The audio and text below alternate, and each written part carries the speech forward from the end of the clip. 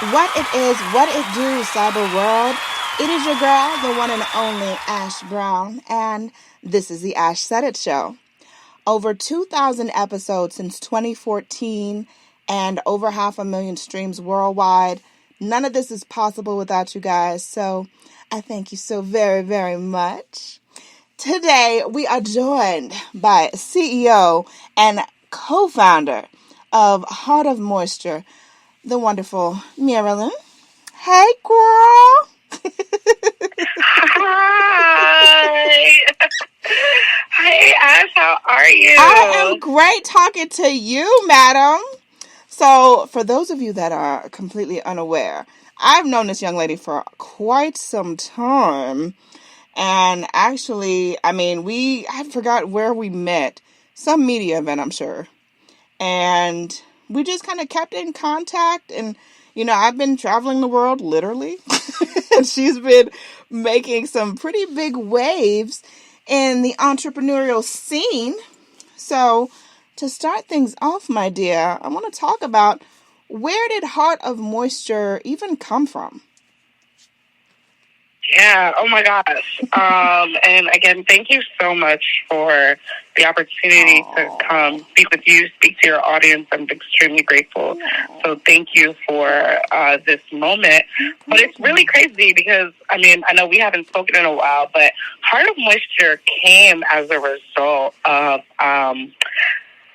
craziness, actually. I had gotten into a really bad car accident. I got into a really bad car accident here in Georgia.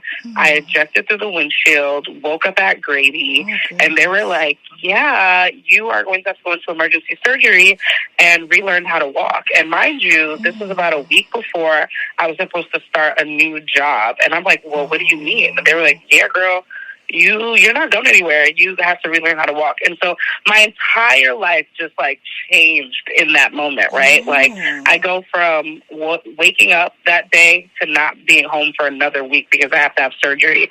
And that summer I had 3 surgeries. And so I'm originally from New York. And so as I was rehabbing from the surgery, my parents came down, my family, my friends, everyone came down to help me rehabilitate. But after a while, everyone had to go back to their life, back to New York. And so I was here in Georgia and I didn't have a car. I got into a car accident and I was rehabbing my hair and my skin because I had a bunch of cuts in my skin. In the front of my head, my hair was damaged. And so just trying to focus on wellness. And it was crazy because it was really hard for me to get to the beauty supply store without having a car. Being from New York, there's a beauty supply store every 2 minutes, and if it's not, the bus will get you there pretty quick. Living in Buckhead, it would have taken me 2 buses to get to the nearest beauty supply, and I was shocked about that. I was like, how is that a thing? And so shortly after, I was accepted to the University of Georgia's MBA program, and I found myself going to Athens more and more. And I was like, well, if I'm having this problem in Buckhead, how do students in Athens feel? And so essentially, Heart of Moisture became the focus of my MBA program, understanding what does access to essential beauty supplies look like for Black students. And when we look at a university like Georgia that's in Athens, about an hour and a half from the city, in traffic and things like that, that's not an HBCU, but it's a large public institution, so it serves a lot of students of color. What does that look like? And I thought about my own experiences being an alum of the University at Albany, which is in New York. Similar situation, about a couple of hours from Manhattan, the city. I was struggling, right? I think about my business partner. When we were in college, she actually had to cut off all of her hair because she didn't have access to essential products, right? If you didn't, at that time, Amazon wasn't really a thing. It's if you just go when you go home, that's when you get your products, right? Or your hair is in protective style. But still, as I continued my research during my MBA, students were saying the same thing. Like, if I don't get a ride to the beauty supply store, I'm not going to have my stuff. I have to wait until I go home, or I have to order it on Amazon, and that takes a couple of days. It has to go through the mailing system. It has to do so many things. But I just found out that there's a job fair happening in 2 days. What do I do? And so essentially, that's how Heart of Moisture started. And we are, for those that don't know, we are a distribution company. We distribute over 30 products from over 15 brands through the bookstore. And then we also specialize in branded beauty supplies for the universities. So custom bonnets and do-rags and combs and brushes. Awesome.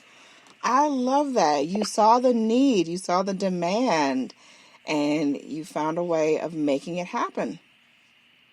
I love that. Yeah. I do love that. Now, when you had this great idea and were trying to enforce it and really kind of put it out there, what was the first challenge that you would say that you faced as a company?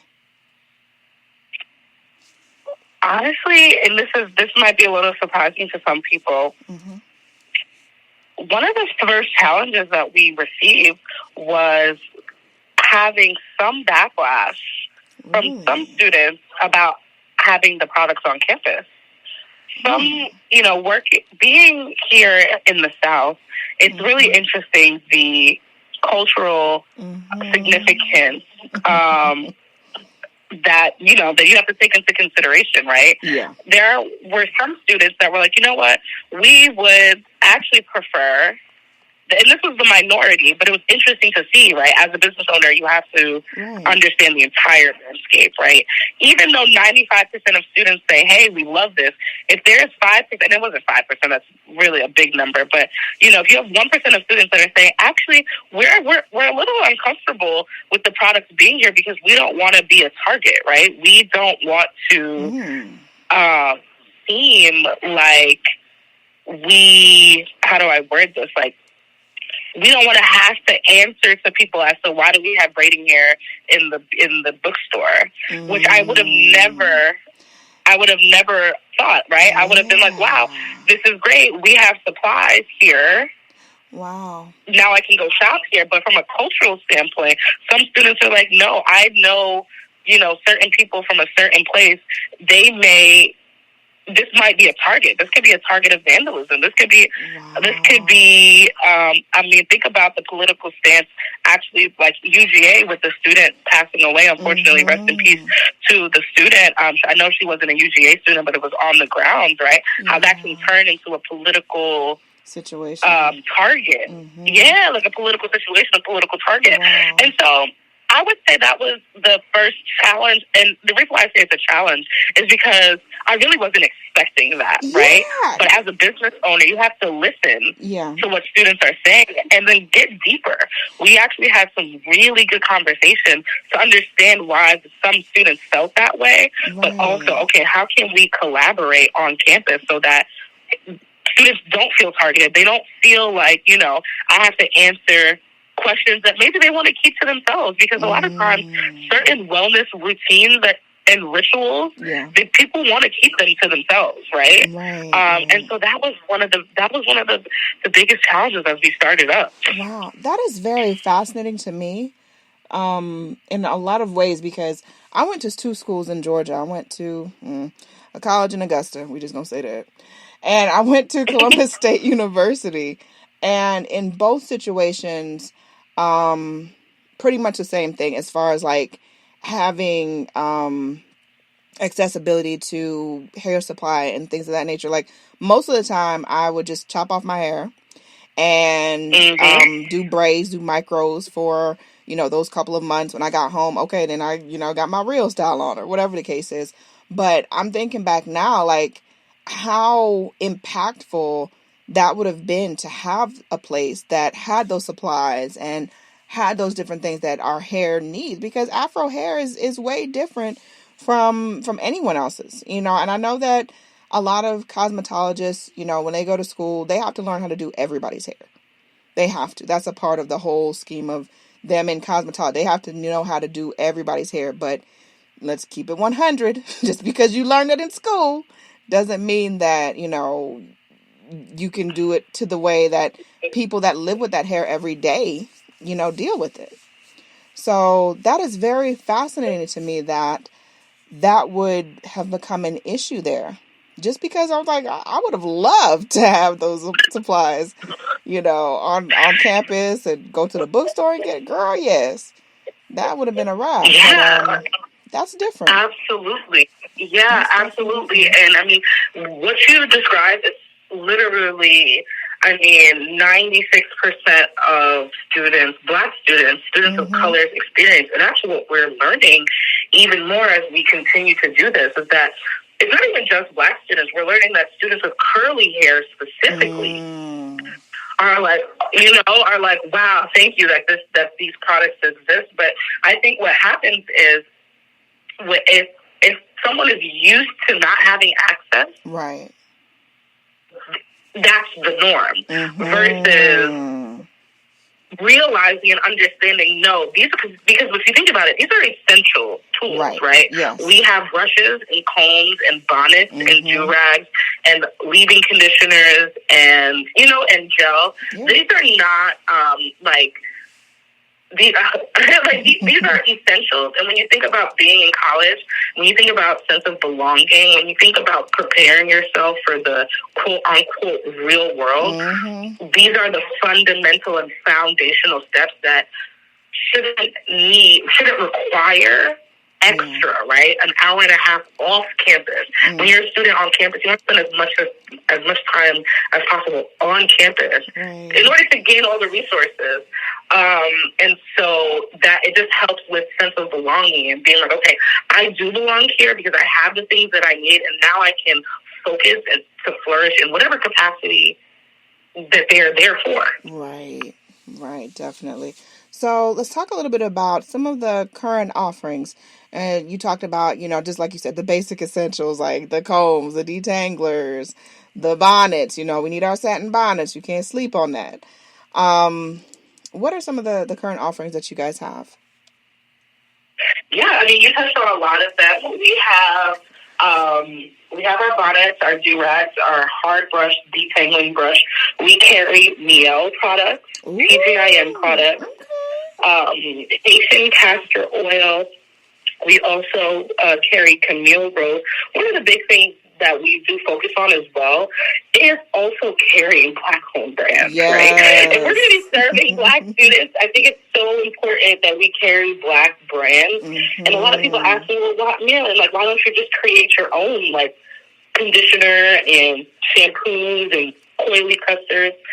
I personally, and, the company, my partner and I, we feel that we have so many brilliant entrepreneurs out there that we don't feel like we need to saturate the market, right? How do we come together? Both of us, my partner and I, we're Haitian, right? And on our flag, it says, with unity, there is strength, right? How can we bring all of these brands together to make it accessible? And so in addition to all of the tools that you mentioned, the Miel, Camille Rose, TGIN, and then a couple others, we have Edge Booster and Got to Be Blue. So it's like a mini beauty supply store on campus. Yes, and I can see that, especially the generations that are coming up, having that accessible to them, I know is going to be helpful. That is definitely really big for them. Yeah. Definitely agree with that. So any upcoming events, as we're into the summer months now, there's so much stuff going off. Are you guys doing any live activations or anything like that? Yes, people look out. Right now, we're preparing for, it's crazy because it was just graduation season, right? Right? Right now, we're preparing for back to school. We're preparing for back to school, so check us out on UGA's campus. We'll be doing some tabling, be helping out with some of the university administration. And really, our goal is to expand, right? We want to be able to serve more than just the University of Georgia. So if there's anyone out there that works for a university and they think that they're schooling these products, I would love to talk to them. But essentially we're going to be on tour speaking to more universities. And so we don't have any dates solidified for our tour, but keep a lookout, Heart of Moisture, on Instagram and TikTok for those upcoming dates for just some pop-up events that we're going to be having. Cool beans. Loving that. Look at you making your splash in the world. I'm so proud of you. Look at you. Love it. Love it, love it, love it. Thank you so much. Thank you. Not a problem. Last but certainly not least, what advice would you offer to the next generation of entrepreneurs? Ooh. Let's see. Don't be afraid to collaborate. Don't be afraid to work with people that you trust. Don't be afraid to do that. I think that make sure you have your paperwork in check. But I think that once you have those real conversations, because from what I see, the reason why people don't like to work together is because there's some misunderstanding. And typically it's because they don't have contracts in place with each other, right? Yeah. Life is so much easier when you have the hard conversation in the beginning, so then you can dream after. Yeah. And like I mentioned before, as a Haitian people, like I said, my partner and I, we were, Haiti, for those that don't know, is the first free Black republic, right? Yeah. On the flag, it says, with unity there is strength. I think there's so much power in that sometimes we forget. We can go further together. Yeah. We can go further together. And so that's what I would say. Not necessarily having to be a partnership, but just finding ways to collaborate. Like even us right now, like you giving me this opportunity to speak about my business on your platform, like that is what it's all about. Yes. And so that is what my advice would be. Don't be afraid to collaborate and just work together. Work together. Don't be afraid to collaborate. I love it. Oh my goodness, Myrlande, thank you so much for coming through today. I love you to pieces. I'm so proud of you. I love you too. Thank you for having me. Absolutely. And this is an open forum for you. So when there's new announcements, because I know as the months go on, there'll be new things to announce and new things going on. I would love for you to come back and share it with us. It'd be an honor. Thank you. No problem. And I appreciate each and every one of you guys. Thank you so much for your love and support. Keeping in mind, anyone to tell you that you can't do what you want to do, you look them square in the face, you tell them, don't believe me. Just watch. Watch what I do. Watch me make it happen. Watch me make history. That's what we're doing this for, the history books. Social media is nice, but real life is so much better. Until next time, you guys.